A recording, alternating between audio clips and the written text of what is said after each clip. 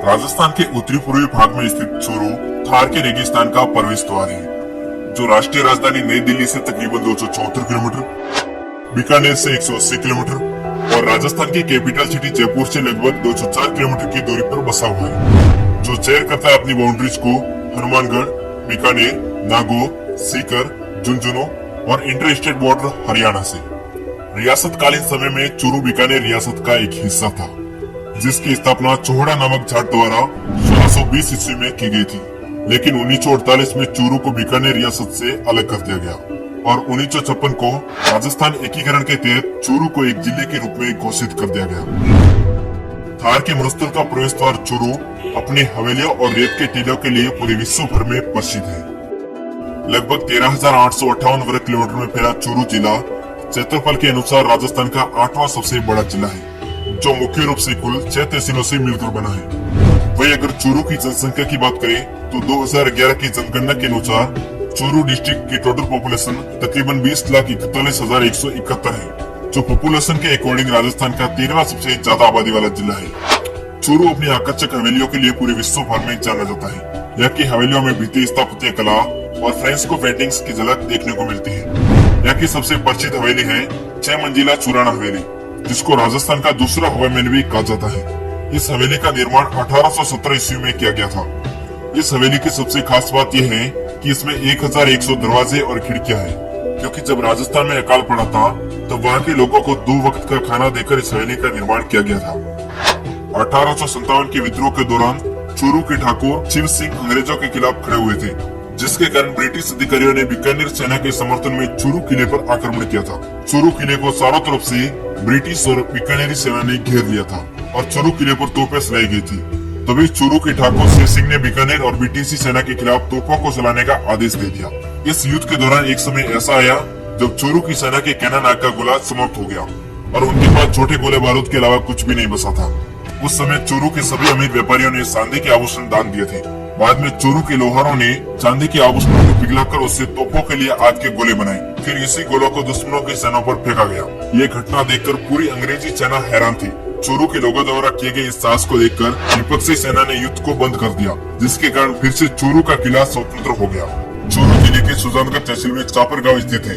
ताल चापर चंसूरी अभ्यारण्य, जो खास तौर से अपने काले हिरणों और अलग अलग प्रकार के खूबसूरत पक्षियों के लिए जाना जाता है। चंसूरी का नाम इसी चापर गाँव के नाम पर रखा गया है। इस अभ्यारण्य में प्रवासी और निवासी दोनों को मिलाकर पक्षियों की कुल 122 प्रजातियां निवास करती हैं। यहाँ पर देखे जाने वाले प्रमुख प्रवासी पक्षी मध्य एशिया और यूरोप से आयात किए जाते हैं।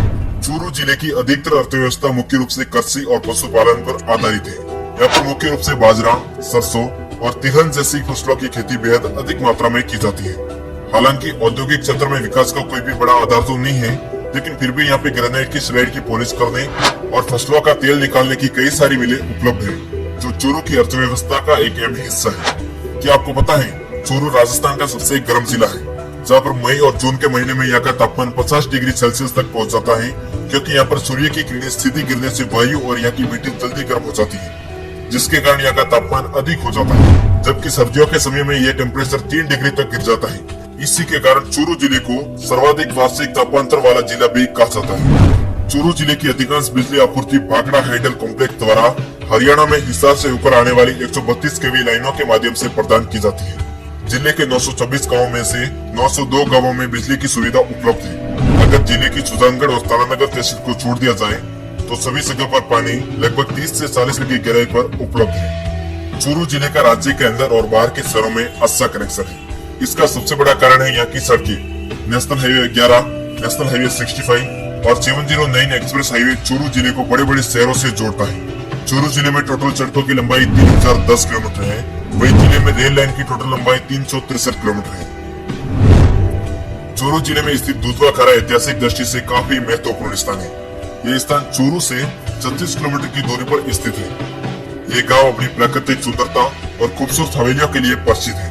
इसके अलावा ये गांव किसान आंदोलनों के लिए पूरे राजस्थान में जाना जाता है। चूरू जिले के सुजानगढ़ तहसील में स्थित विश्व प्रसिद्ध सालासर बालाजी का एकमात्र ऐसा मंदिर है जहां पर हनुमान जी की दाढ़ी मूंछ वाली प्रतिमा स्थित है। यहाँ पर आश्विन और चैत्र की पूर्णिमा को प्रतिवर्ष मेला लगता है। इस मंदिर के बीच में जाल का पेड़ है, जिस पर भक्त अपनी कामना पूर्ति के लिए नारियल और ध्वजा बांधते हैं। इस मंदिर की स्थापना 1754 ईस्वी में मोहनदास जी के द्वारा की गई थी।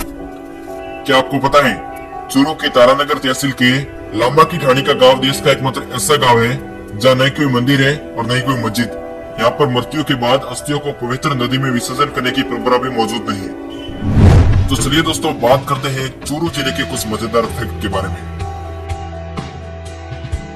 चूरू जिले का ददरेवा गांव गोगा जी का धर्म स्थल है। कहा जाता है कि मुस्लिम लुटेरों से युद्ध करते समय गोगा जी का सिर ददरेवा नामक स्थान पर गिर गया था। इस स्थान पर भाद्रपद की कृष्णा नवमी को गोगा जी का मेला लगता है। मंचा देवी को चूरू जिले की लोक देवी के रूप में जाना जाता है। चूरू जिले की सुजानगढ़ तहसील को संगीतकारों का गढ़ कहा जाता है। पूरे राजस्थान में कबूतरी नृत्य चूरू जिले का प्रसिद्ध है। ये नृत्य शेखावटी क्षेत्र का सबसे प्रसिद्ध लोक नृत्य है तथा ये नृत्य केवल पुरुषों के द्वारा सामूहिक रूप से ही किया जाता है। चूरू जिले का तारानगर शहर भित्ति चित्रों हेतु प्रसिद्ध माना जाता है तथा यहाँ पर रामदेव जी का मेला भी लगता है। तो दोस्तों फिलहाल इस वीडियो में इतना ही। ऐसा ही इंटरेस्टिंग वीडियो और देखने के लिए आप हमारे चैनल को जरूर सब्सक्राइब कीजिए और दबाइए बेल आइकन। जय हिंद, जय भारत।